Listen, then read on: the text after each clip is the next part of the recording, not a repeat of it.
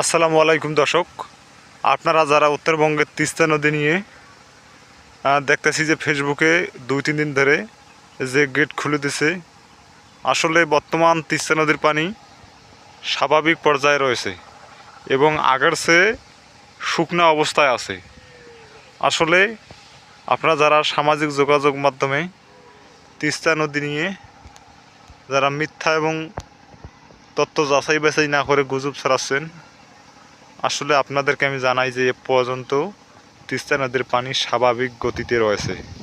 এই দেখেন চর রয়েছে, তাই আমরা সতর্ক অবস্থায় আছি। কিন্তু আপনারা যারা বলছেন যে গেট খুলে দেবে, অনেক গ্রুপগুলোতে তথ্য এবং না জেনে মিথ্যা গুজব হচ্ছে। আসলে আপনারা সবাই সতর্ক থাকবেন। এখন পর্যন্ত কোনো আভাস আমরা এখনও পানি